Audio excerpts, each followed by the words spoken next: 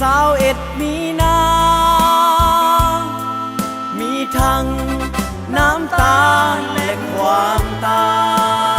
ยเมืองท่าแพลุกเป็นแปลวไฟสงครามกระหายภาพสีวันไปให้ความเป็นธรร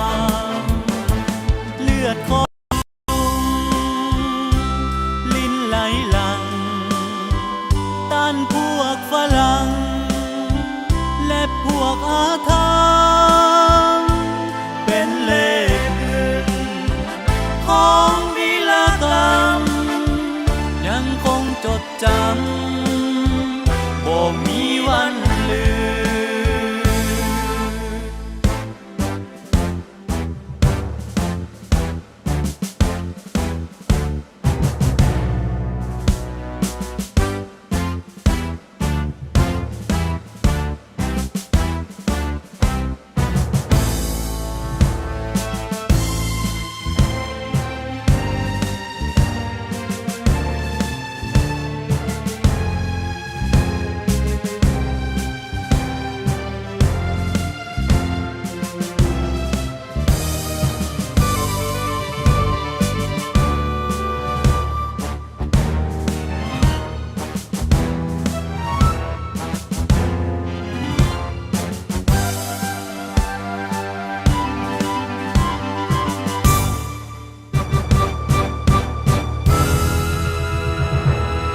สายแด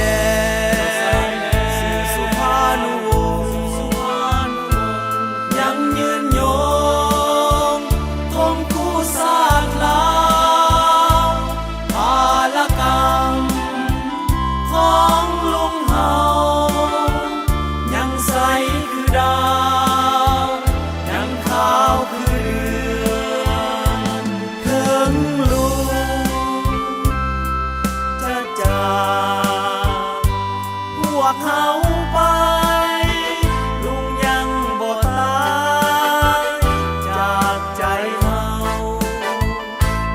วีรกรรมยังเป็นตำนานใส่หุ่งตะการบ่มีวันลืมเจ้าสาย